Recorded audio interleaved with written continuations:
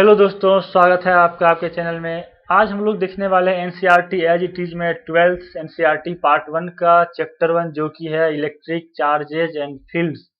इसमें हम लोग पार्ट 2 चैप्टर 1 का पार्ट 2 है ये, जिसमें कि हम लोग Coulomb's law and forces between multiple charges, ये 2 पॉइंट एनसीईआरटी में दिए हुए हैं। तो उसको NCERT as it is series है, तो कोशिश कर रहे हैं एनसीईआरटी को आपके सामने प्रेजेंट करने का, क्योंकि बोर्ड के लिए तो इम्पोर्टेंट है। तो इसमें आगे बढ़ने से पहले एक छोटी सी बात जो कि है एक टेलीग्राम चैनल, जो कि हर एक वीडियो में स्टार्टिंग में थोड़ा सा बता दे रहे हैं कि डॉक्टर बाबा जी के नाम से आप सर्च करोगे टेलीग्राम पे तो एक चैनल मिल जाएगा आपको। वो चैनल इस यूट्यूब चैनल को सपोर्ट करता हुआ एक चैनल है, जिसमें कि इंफॉर्मेशन आपको ढेर सारे कंटेंट्स मिलेंगे, काफ़ी अच्छे अच्छे बुक्स पीडीएफ फॉर्मेट में उस पर हैं। तो आप उसको देखो और अच्छा लगे तो ज्वाइन कर लेना। और कुछ डाउट्स भी हो तो उसके डिस्कशन फोरम में जाके आप पूछ सकते हो। कुछ वीडियो से रिलेटेड डाउट होने चाहिए, जो कि अगर वीडियो देखे समझ में नहीं आया या यहाँ पे ये कैसे हो या कुछ सजेशंस हैं तो वो आप बताना, उस पर पक्का अमल करेंगे, काम करेंगे उस पर। तो आगे बढ़ते हैं, इसमें हम लोग देखते हैं कूलम्ब्स लॉ में क्या क्या है। कूलम्ब्स लॉ जानने से पहले एक चीज है जो कि है पॉइंट चार्जेज। पॉइंट चार्जेज क्या होता है? तो कूलम्ब्स लॉ पॉइंट चार्जेज पे ही अप्लाई होता है। तो कोई चीज जिस पे अप्लाई होता है उसको पहले जानना पड़ेगा ना, तो पॉइंट चार्ज को पहले जानते हैं। पॉइंट चार्ज क्या है? तो ये डिफिनीशन एनसीईआरटी में दिया हुआ है।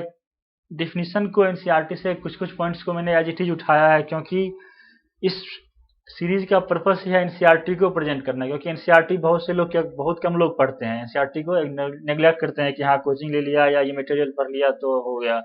बट कुछ कुछ चीजें एनसीईआरटी में काफी अच्छी है, तो उसको यहाँ पे लिया है मैंने, और कुछ थोड़ा बहुत इधर उधर से ऐड किया है अपने अच्छे सोर्सेज से, जो कि लग रहा था कि हाँ यहाँ पे कुछ ऐड करने की गुंजाइश है, तो उसको भी इंक्लूड करेंगे वीडियो में। तो चलते हैं एनसीईआरटी। पॉइंट चार्ज क्या है? तो when the linear size of charge bodies are much smaller, यहाँ पे देखो much smaller than the distance separating them, the size may be ignored and the charge bodies are treated as point charges. मतलब क्या हो गया? Simple एकदम।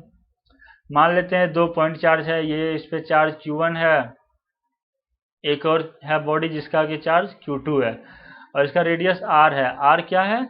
मान लेते हैं 1 मिलीमीटर है और छोटा, और ये दोनों के बीच का सेपरेशन हो गया R इक्वल्स टू मान लो 1 किलोमीटर। तो हम कह सकते हैं कि 1 किलोमीटर के रेस्पेक्ट में 1 मिलीमीटर जो है वो काफ़ी छोटा है। तो हम इसके साइज को इग्नोर कर सकते हैं, डायरेक्ट हम बोल सकते हैं कि ये दो पॉइंट चार्ज है, दोनों के बीच में सेपरेशन जो है वो R इक्वल्स टू 1 किलोमीटर है। तो हम पॉइंट चार्ज की तरह इस पर ट्रीट कर सकते हैं। इस पे चार्ज Q1 है और इस पे चार्ज Q2 है।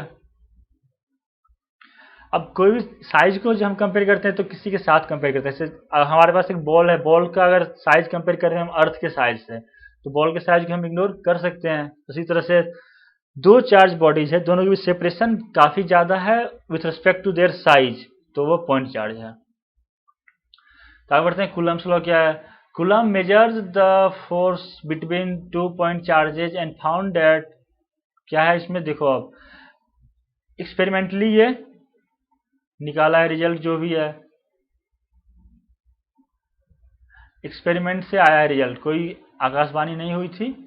काफी हजारों बार एक्सपेरिमेंट कर करके अलग अलग चीजों से वो पूरा एक्यूरेसी को लाने के लिए उन्होंने जब देखा, तो वो देखा क्या कि 2.4 के बीच में जो फोर्स लग रहा है वो inverse to the square of the separation between the charge particles and was directly proportional to the product of the magnitude of the two charges. यहां तक सब लोग बोलते हैं। अगर कोई डिफिनेशन पूछता है, हाँ it is inversely proportional to the square of separation between the charges and directly proportional to the product of the magnitude of the two charges, यहां तक बोल के बंद। बट थोड़ा सा और है इसमें, acted along the line joining the two charges. मतलब क्या है?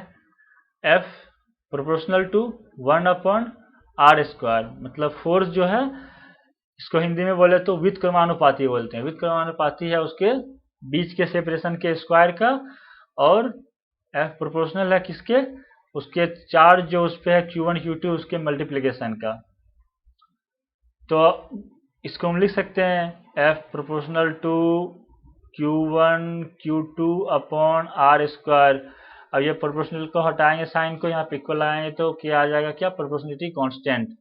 तो हम लिख सकते हैं F इक्वल्स टू के Q1 Q2 upon r square. ये F फोर्स के मैग्नीट्यूड की बात हो रही है तो यहाँ पे मोड़ लिया है।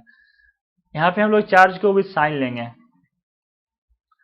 तो आगे बढ़ते हैं हम लोग। SI यूनिट चार्ज क्या है, K क्या है, K का वैल्यू होता है 9 into 10 to the power 9। K equals to 9 into 10 to the power 9। तो और या फिर हम इसको लिख सकते हैं 1 अपॉन 4 पाई इप्सिलॉन नोट। तो जब ये लिखेंगे तो F क्या हो जाएगा, F इक्वल्स टू हो जाएगा, यहाँ पे दिया हुआ है 1 upon 4 pi epsilon naught Q1 Q2 upon r square. अब इप्सिलॉन नोट क्या है, it is called the permittivity of free space. The value of epsilon naught in SI unit is 8.854 into 10 power minus 12 C square n to the power minus 1 m to the power minus 2। अब यहाँ पे देखो एक चीज जो है कि कभी कभार ये एग्जाम में पूछ लेता है कि यूनिट ऑफ इप्सिलॉन नोट क्या होगा। अब ये याद अगर नहीं रह पाया, क्योंकि बहुत सी चीजें पढ़ते हैं कभी याद नहीं भी रहती है कुछ चीजें, जिसको हम आराम से निकाल भी सकते हैं।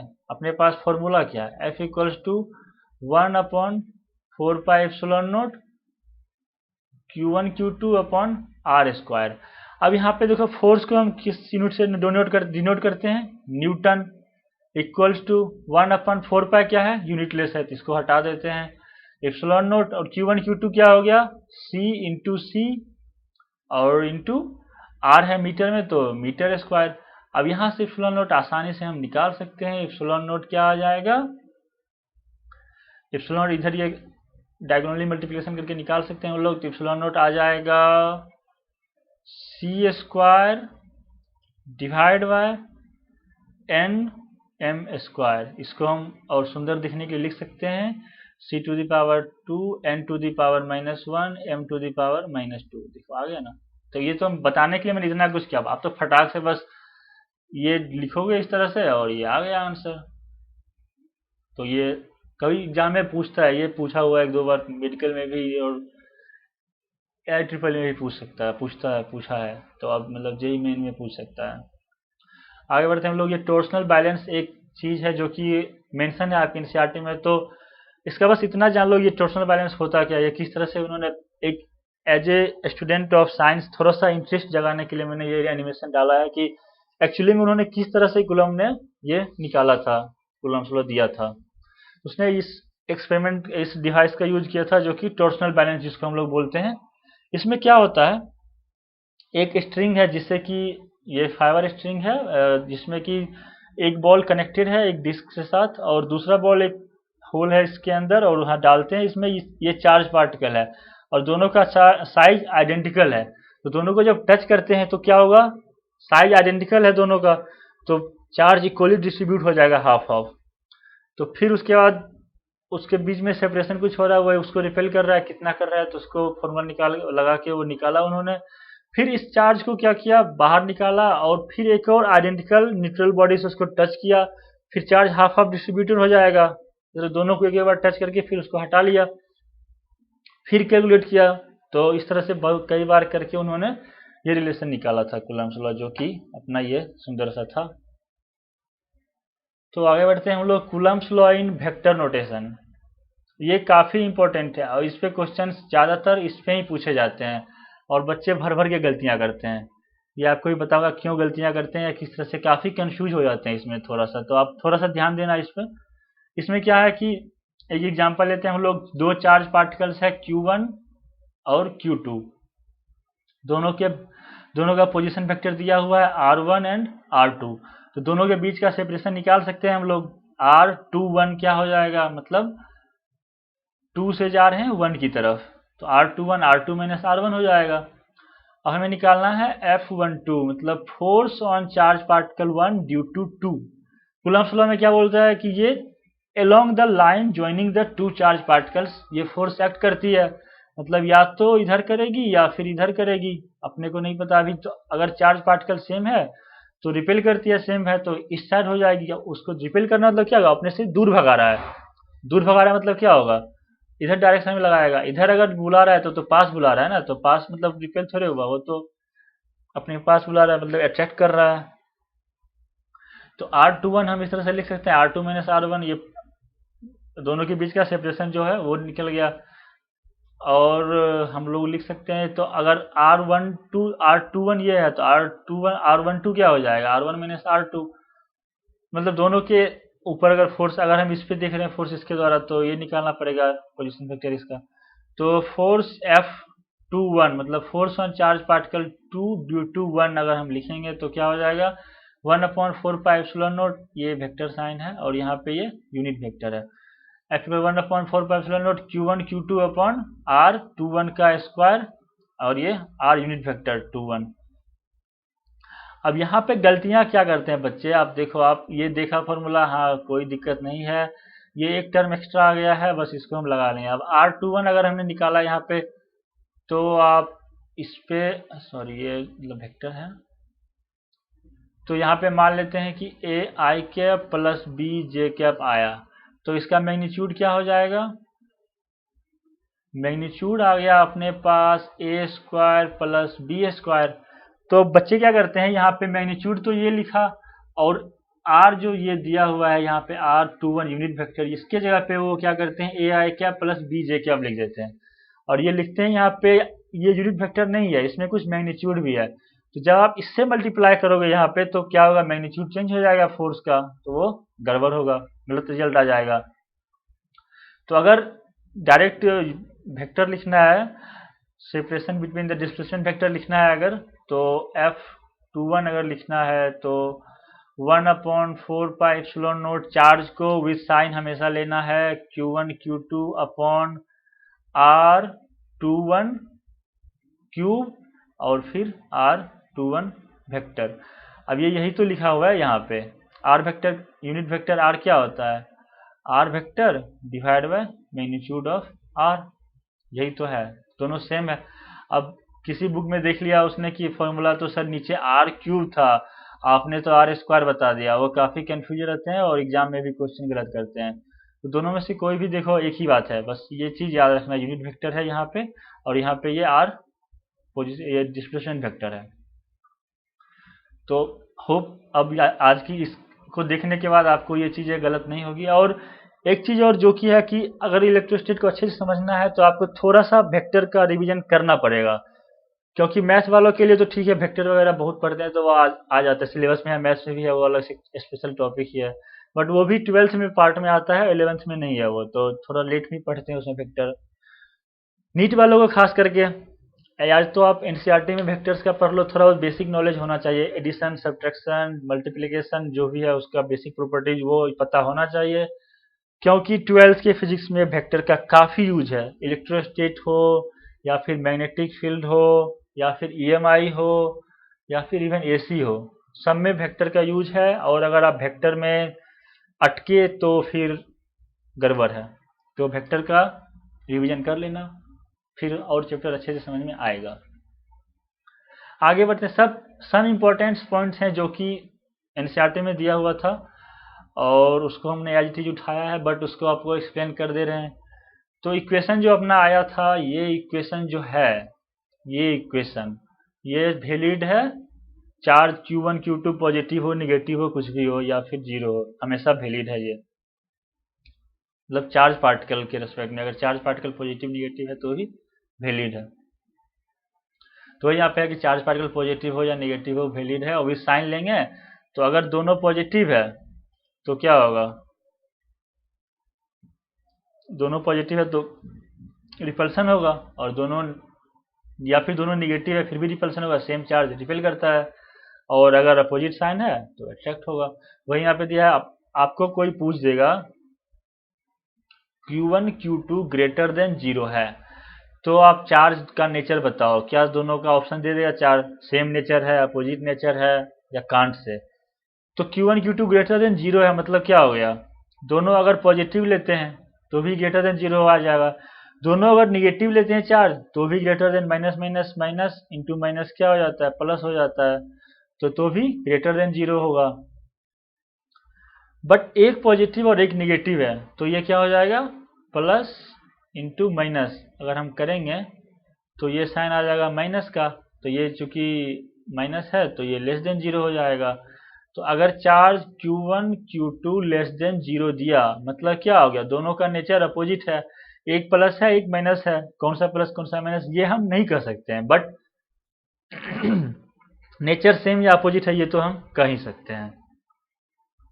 तो यहाँ पे वही दिया है Q1 Q2 greater than zero है, मतलब दोनों का नेचर सेम है, प्लस या प्लस तो प्लस या माइनस तो माइनस दोनों है।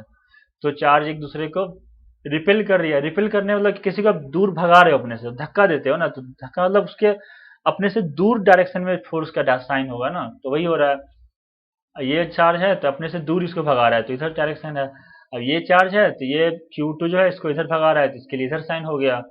बट जब आप किसी को पास लाते हो तो क्या होता है, साइन अपोजिट, मतलब खींचना, किसी को अपनी ओर खींचना है तो डायरेक्शन आपकी तरफ होगा तभी तो वो आपके पास आएगा। तो वही है यहाँ पे, अगर Q1 Q2 less than zero है मतलब दोनों का साइन अपोजिट है, तो ये इसको इस डायरेक्शन में लगा रहा है फोर्स, और ये Q2 Q1 पे इस डायरेक्शन में फोर्स लगाएगा। फोर्स का वैल्यू क्या होगा, F इक्वल्स टू के Q1 Q2 upon r square, दोनों के लिए होगा, मैग्नीट्यूड दोनों के लिए सेम होगा, डायरेक्शन अपोजिट होगा। तो याद करो आप लोगों ने कभी पढ़ा था क्या, अगर कोई दो चार्ज पार्टिकल्स हैं और दोनों चार्ज, अगर कोई दो बॉडी है जिसपे कि फोर्स इक्वल एंड अपोजिट लग रहा है, तो वो फोर्स क्या है आपस में, क्या है, एक्शन रिएक्शन पेयर है। तो एक्शन रिएक्शन पेयर है तो वो न्यूटन्स लॉ को फॉलो कर रहा है, तो न्यूटन्स लॉ यहाँ पे वैलिड है। एक्शन रिएक्शन पेयर है, कूलम्ब्स लॉ, कूलम्ब्स फोर्स, एक दूसरे चार्ज, एक दो चार्ज पार्टिकल पे जो लग रहा है वो एक्शन रिएक्शन पेयर है क्या, हाँ है, तो ये कूलम्ब्स लॉ को फॉलो कर रहा है। वही अगला पॉइंट है, मतलब क्या, the force F12 on charge Q1 due to Q2 is obtain from equation, जो भी है ये इक्वेशन है इससे निकालते हैं। तो F12 जो है वो माइनस F21 है, यहाँ वेक्टर साइन इस पे वो एक अब नया नया फैशन आ गया, बोल्ड है लेटर तो वो वेक्टर हो गया, अगर स्मॉल में है तो वो स्केलर हो गया, वो भी एक नोटेशन होता है। तो इस तरह से है यहाँ पे, तो कोई दिक्कत की बात नहीं है, ये यूनिट वेक्टर है। मतलब F12 और F21 दोनों है तो इक्वल, बट डायरेक्शन अपोजिट है तो माइनस साइन लगा हुआ है। तो Coulomb's law agrees with the Newton's third law, मतलब एक्शन रिएक्शन पे जितना फोर्स लगाओगे उतना ही फोर्स पाओगे, जितना आप एफर्ट लगाओगे वैसा ही रिजल्ट पाओगे। तो कूलम्ब्स लॉ अगला पॉइंट है अपना, Coulomb's law gives the force between two charges Q1 and Q2 in vacuum. अब अगर किसी चार्ज पार्टिकल को किसी मेटर में रख देते हैं, कोई मतलब मटेरियल, जैसे कि यहाँ पे चार्ज पार्टिकल पहले था तो बीच में क्या था, वैक्यूम था, बट अगर हम लिक्विड में इस चार्ज पार्टिकल को रख देते हैं तो इस पे कूलम्ब्स लॉ कैसे लगेगा, क्या लगेगा, तो ये अगले चैप्टर में डिस्कस किया हुआ है, बट यहाँ पे थोड़ा सा मैं आप लोग को आइडिया दे सकता हूँ कि लिक्विड जैसे वाटर है, तो वाटर में प्लस माइनस जो भी है, तो अगर मान लेते हैं कि यहाँ पे प्लस चार्ज है और यहाँ पे माइनस चार्ज है, इसकी वजह से इसके बीच का जो वाटर जो है वो भी पोलराइज हो जाता है, मतलब माइनस, इधर प्लस चार्ज है तो इसका जो वाटर का मॉलिक्यूल का माइनस चार्ज है वो इधर आ जाएगा, प्लस इधर आ जाएगा, फिर मतलब ये एक एटम हो गया, फिर इस तरह से plus minus, sorry minus plus minus, इस तरह से। तो जो नेट फोर्स होगा इस पे, नेट फोर्स एफ नेट, वो चेंज हो सकता है, but due to this force इस पे जो लग रहा है फोर्स वो चेंज नहीं होता है। अगले पॉइंट में हम लोग इसको डिस्कस करेंगे। अब यहाँ पे एक एग्जाम्पल 1.5 एनसीईआरटी का, ये इंक चेंज करना पड़ेगा, इसमें लंबा चौड़ा क्वेश्चन दे रखा है, क्वेश्चन में आप लोगों को बता देता हूँ क्या होता है। दो चार्ज पार्टिकल्स हैं, एक को एक नायलॉन थ्रेड के द्वारा टांग दिया गया है और एक को 10 सेंटीमीटर पे एक इंसुलेटर से होल्ड करके रखा है। आप यहाँ पे देख सकते हो इंसुलेटर यूज किया है, ये नायलॉन थ्रेड जो है ये भी एक इंसुलेटर है और ये भी इंसुलेटर से होल्ड किया, क्यों, क्योंकि अगर कंडक्टर होगा तो चार्ज डिस्ट्रीब्यूशन बिगड़ जाएगा, चार्ज फ्लो कर जाएगा इससे। अगर यहाँ पे कुछ मेटल है तो उस पर, या फिर इधर हाथ में ह्यूमन बॉडी कंडक्टर है तो चार्ज गायब हो जाएगा धरती में, तो ये इसलिए इंसुलेटर से पकड़ रखा है। तो दोनों के बीच में फोर्स पूछा है, तो F इक्वल्स टू के Q1 Q2 upon r square होता है। 10 सेंटीमीटर है पहले, चार्ज इस पे Q1 Q2 है, अब क्या किया इन्होंने, सेम आइडेंटिकल बॉडी जैसा ए था स्फीयर वैसा ही बी लाके सी लाके उसके साथ टच कर दिया। ये इंसुलेटर स्टैंड पे ऑफ फोर्स रखा हुआ है, और बी को भी डी से टच किया है, ये भी इंसुलेटर बॉडी पे रखा हुआ है। अब आइडेंटिकल दो पार्टिकल जब आइडेंटिकल है तो दोनों पे Q इक्वली डिवाइड हो जाएगा, तो Q/2 दोनों पे आ जाएगा। इस पे भी उसी तरह से डिवाइड हो जाएगा, Q/2 इच पे डिस्ट्रीब्यूट हो जाएगा। तो पहले केस में F equals to Q1 Q2 upon R square था, दूसरे केस में क्या हो जाएगा, F2 equals to K Q1 upon 2 into Q2 upon 2 divide by, अब सेपरेशन क्या किया इन्होंने, 5 सेंटीमीटर कर दिया। पहले था 10 सेंटीमीटर, मतलब अगर 10 सेंटीमीटर को हम R मानते हैं तो 5 क्या हो जाएगा, R/2 हो जाएगा। तो यहाँ पर हम लिख सकते हैं R/2, ये कहाँ आ रहा है, ये 2 R/2 का स्क्वायर। इसको सिंप्लीफाई करते हैं तो सेम रिजल्ट आ जाता है जो कि पहले था, K Q1 Q2 upon R square. तो आप देख सकते हो कि अगर दोनों के बीच का सेपरेशन हाफ कर देते हैं और दोनों के बीच जो चार्ज, दोनों पे जो चार्ज है उसको भी हाफ कर देते हैं, तो फिर फोर्स का मैग्नीट्यूड सेम रहता है। इसका सॉल्यूशन भी दिया हुआ है, ये आप खुद से एक बार देख लेना, वो सेम ही चीज बताया इन्होंने। तो आगे बढ़ते हैं हम लोग, आगे है फोर्सेज बिटवीन मल्टीपल चार्जेस। काफी इंटरेस्टिंग चीज है। जब तक दो थे तो सही था, अब बाकी लोग भी आ गए तो क्या उनके जिंदगी पे असर पड़ेगा एक दूसरे चार्ज के ऊपर। तो ये एक दिया हुआ है जो कि डिफिनीशन है प्रिंसिपल ऑफ सुपरपोजिशन का, जो कि काफी इंपॉर्टेंट है। प्रिंसिपल ऑफ सुपरपोजिशन, तो ये एनसीईआरटी से मैंने उठाया है। Experimentally it was verified that force on any charge due to number of other charges is the vector sum of all the forces on that charge due to the other charges। मतलब एक charge पे जो net electric force होगा, electric force जो क्या coulomb force हम उसको बोलते हैं, जो होगा वो, जैसे कि मान लीजिए यहाँ पे Q1 है तो Q2 Q3 Q4 जो भी चार्ज पार्टिकल्स हैं Q2 Q3 Q4, यार इस पे दिखता नहीं है, तो Q2 Q3 Q4 और Q5 चार्ज, इस सबका मैग्नीट्यूड, सबका इंडिविजुअल फोर्स लगाएगा। Q2 इधर लगा रहा है, Q3 इधर लगा रहा है, अगर मान लेते हैं चार्ज का नेचर सेम है तो रिपेल कर रहा है। Q5 इधर लगा रहा है और Q4 along the line joining each other लगा रहा है। तो इस सब का जो वेक्टर सम होगा वो F नेट होगा ऑन चार्ज 1। तो ही बोला वेक्टर सम होगा, टेकन 1 जो एक एक करके जितना होगा सबका वेक्टर सम करेंगे तो वो नेट चार्ज आ जाएगा। बट अब यहां से शुरू होता है इंपॉर्टेंट चीज, the individual forces are unaffected due to the presence of other charges. अब जिंदगी में क्या होता है, आप किसी के साथ दो दोस्त हैं, एक तीसरा दोस्त भी आ गया, तो तीनों में कॉम्बिनेशन थोड़ा गड़बड़ हो जाता है। बट ये इंसान नहीं है, ये चार्ज है। तो चार्ज में क्या होता है, बाकी दुनिया में कुछ भी हो जाए, ये दोनों आपस में जो व्यवहार था वही रहेगा, उसमें चेंज नहीं आएगी।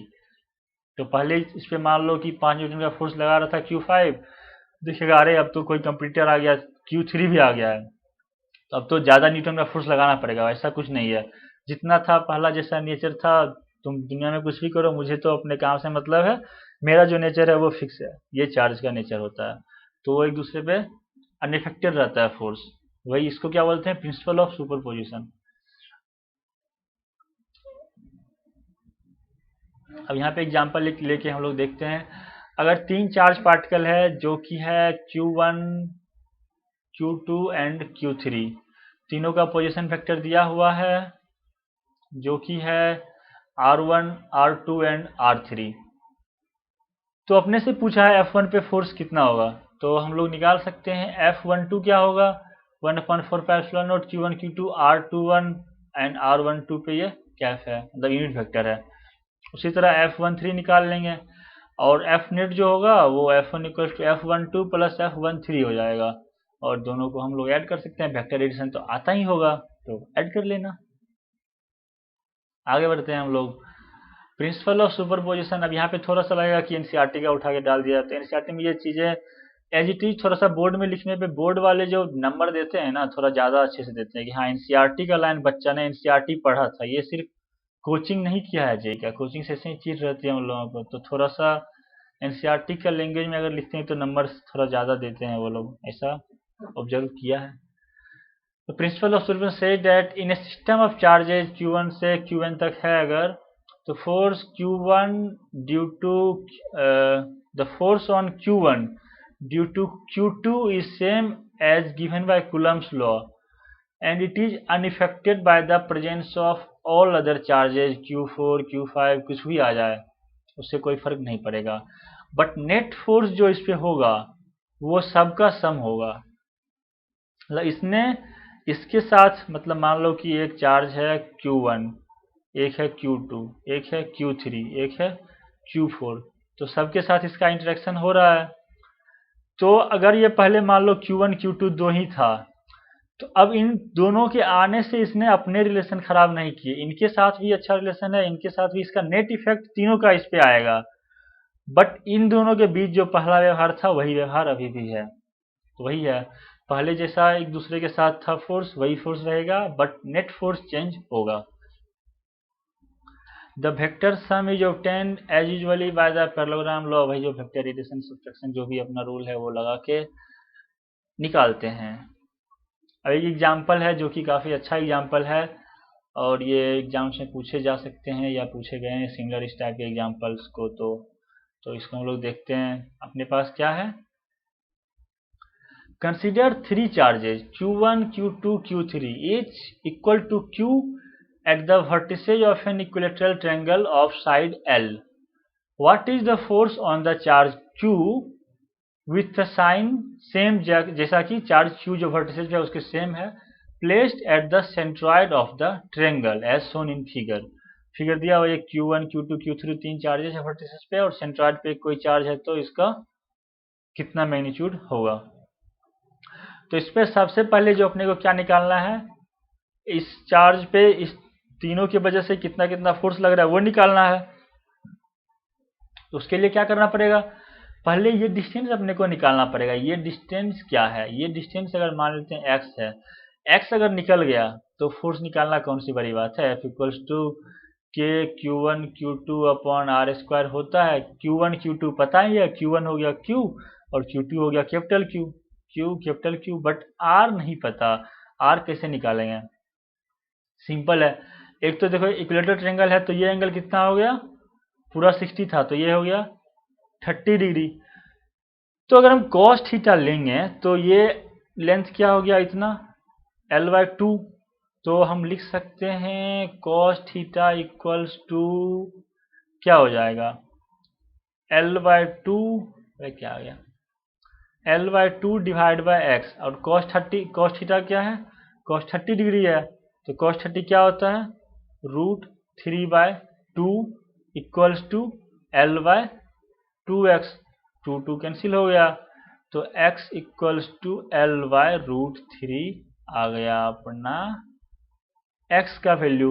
एक तो ये हो गया, इस तरह से निकाल सकते हो, या फिर नहीं तो एक और होता है कि जो मीडियन है, जो ये लाइन परपेंडिकुलर बाइसेक्टर जो है किसी वर्टिसेस से, तो सेंट्रॉइड जो है उस लाइन को 2:1 के रेशियो में डिवाइड करती है, मतलब ये रेशियो, ये 2 है तो ये 1 है, तो इस तरह से भी निकाल सकते हैं। ये लेंथ पता है, ये L/2 है तो ये निकल जाएगा लेंथ पूरा, और इससे 2:1 में रेशियो में डिवाइड करके निकाल सकते हैं, बट ये थोड़ा ज़्यादा इजी है और जल्दी हो भी जाएगा। तो इसको अब निकल गया डिस्टेंस, तो फिर हमें क्या निकालना है, F1, इस एक Q1 की वजह से F1 इधर लग रहा है इसके लाइन, इस लाइन के लॉन्ग, F2 इधर लग रहा है और F3 इधर लग रहा है। अब इन तीनों वेक्टर से बीच में एंगल क्या है, ये एंगल क्या हो जाएगा, 120 डिग्री हो जाएगा, ये एंगल भी 120 डिग्री, ये एंगल भी 120 डिग्री। तो या तो आप तीनों वेक्टर को 120 डिग्री एंगल पे है तो निकाल सकते हो, या फिर इस दोनों वेक्टर को ऐड करेंगे तो ये रिजल्टेंट इसका इधर आ जाएगा, और एंगल पता है, तीनों को ऐड करेंगे तो आ जाएगा। इसका सॉल्यूशन दिया हुआ है जो कि है F1 पे इतना फोर्स लग रहा है, F2 की वजह से इतना लग रहा है और F3 की वजह से इतना लग रहा है। तो F2 F3 की वजह से ये फोर्स मैग्नीट्यूड निकाला उन्होंने, तो ये आ गया। तो नेट जब हम निकालते हैं टोटल, तो वो आ जाता है 0 कट उठा के 120। वैसे भी ये इस तरह से है, एफ मतलब ये ऊपर है ना, तो आप देखो कि ये इस तरह से एक फोर्स है, ये इधर है, ये इधर है, सेम साइन है तो रिपेल कर रहा है।